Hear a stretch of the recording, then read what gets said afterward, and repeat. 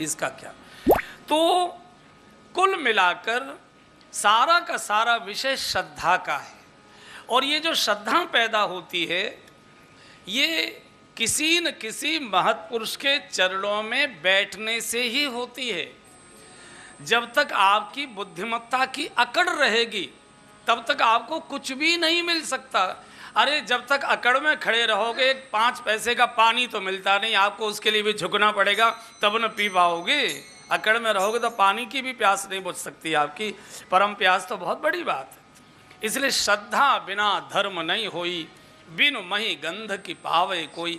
भगवान शिव कहना चाहते हैं कि श्री राम कथा सुननी हो तो और बोलनी हो तो पूर्ण विश्वास के साथ कि मैं जो कथा सुन रहा हूँ ये सत्य लीला हुई है और मैं जो बोल रहा हूँ यही भगवान की लीला है, तब तो सुनने वाले को भी आनंद और गाने वाले को भी आनंद। नहीं तो ना आपको कुछ पल्ले पड़ेगा ना वक्ता को कुछ आनंद आएगा, केवल ऊपर ऊपर का रह जाएगा। तो भगवान शिव विश्वास के वृक्ष के नीचे बैठे बहुत प्रसन्न हैं, बहुत प्रसन्न।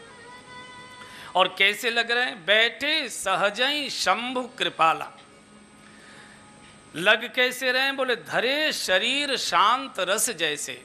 मैं 2 मिनट की चर्चा करके फिर आगे बढ़ता हूँ, मैं बोल चुका हूँ इन विषयों पर। जो जितना ज़्यादा सहज होगा उतना ही ज़्यादा शांत होगा, और जितना ज़्यादा शांत होगा उतना ही ज़्यादा सुंदर होगा और उतना ही ज़्यादा कृपालु होगा। मनुष्य जब क्रोध में रहता है तो उसका चेहरा मोहरा बिगड़ जाता है। कह भी देते हैं ना कि जरा शीशे में मुंह देख। सहज किसे कहते हैं? सहज कहते हैं जैसे हम हैं उसको स्वीकार कर लेना, इस स्थिति का नाम है सहजता। मनुष्य जिस दिन इस सत्य को स्वीकार कर ले कि जैसा मैं लोगों को दिखाई दे रहा हूँ सचमुच में वैसा मैं नहीं हूँ, और जैसा मैं हूँ उसको न कोई जान पा रहा है न कोई देख पा रहा है, ये अवस्था है असहज। और मनुष्य की बहुत बड़ी जीवन की शक्ति इसी बात में लगी रहती है कि मेरी कोई असलियत न पता कर ले, मेरी असलियत किसी की जानकारी में न हो जाए। और सबसे बड़ी अशांति का कारण यही है, इसमें कोई और दूसरा कारण ही नहीं है। या तो मनुष्य पाखंडी हो जाएगा, इसलिए धर्माचार्य ज़्यादातर पाखंडी हो जाते हैं। भीतर कर कुछ रहे दिखा कुछ रहे, देख रहे हैं टीवी और बाहर कह दिया है कि भाई महाराज ध्यान में बैठे हुए हैं। तो ये पाखंड की अवस्था, इससे किसी की हानि नहीं हो सकती। जो आया है प्रणाम करने वो तो दंडवत ही करेगा, वो तो प्रणाम ही करेगा, उसको तो पूर्ण पुण्य मिलेगा, वो तो श्रद्धा से आया है। लेकिन सत्यानाश तो वेश वाला धर्माचार किए ले रहा है अपना कि कर कुछ रहे हो दिखा कुछ रहे हो। और इसके कारण से मनुष्य में अनेक प्रकार के रोग हो जाते हैं। ये जो डायबिटीज़ का रोग है, ये डायबिटीज़ वास्तव में मीठा खाने से नहीं होती। अगर मीठा खाने से होती तो जगन्नाथ जी के पंडे रोज़ मलाई खाते हैं 250-250 ग्राम 500-500 ग्राम, इनको होनी चाहिए थी, चौबों को होनी चाहिए थी, मथुरा वृंदावन के गुसाइयों को होनी चाहिए थी। डायबिटीज़ होती है जब आदमी को अपने भीतर के संस्थान से संघर्ष करना पड़ता है। हमको क्रोध तो बहुत आ रहा है और हमको आपको मुस्कुराहट भी दिखानी पड़ रही है। क्रोध को दबाना है और झूठी मुस्कुराहट दिखानी है। हमारे मन में तो ये नहीं है कि हम ये सब काम करें, लेकिन हमको करना पड़ रहा है। जो मन के विपरीत जीवन जीना पड़ता है उस संघर्ष में मनुष्य को डायबिटीज होती है। इसलिए डायबिटीज 4 प्रकार के लोगों को हुआ करती है। सबसे बड़े धर्माचार्यों को होती है, सबसे बड़े सरकारी अधिकारियों को होती है, सबसे बड़े राजनीतिक नेताओं को होती है, और चौथी किसकी होती है? हाँ, सबसे बड़े समाज सुधारकों को होती है।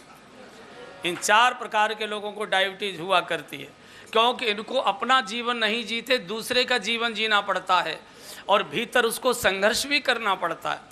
रावण इस दृष्टि से बहुत बड़ा पाखंडी था। रावण अगर रावण बनकर आता तो कभी सीता जी का हरण नहीं कर सकता था।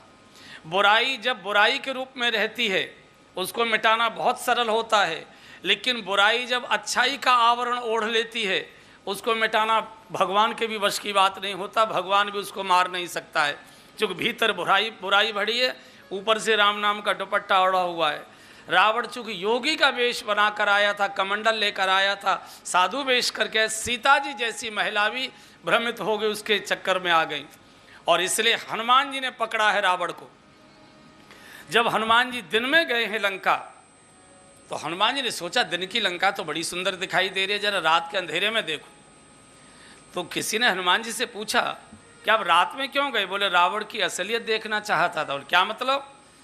हनुमान जी ने कहा अगर मैं दिन में लंका गया होता तो मेरी रावण से मित्रता हो गई होती।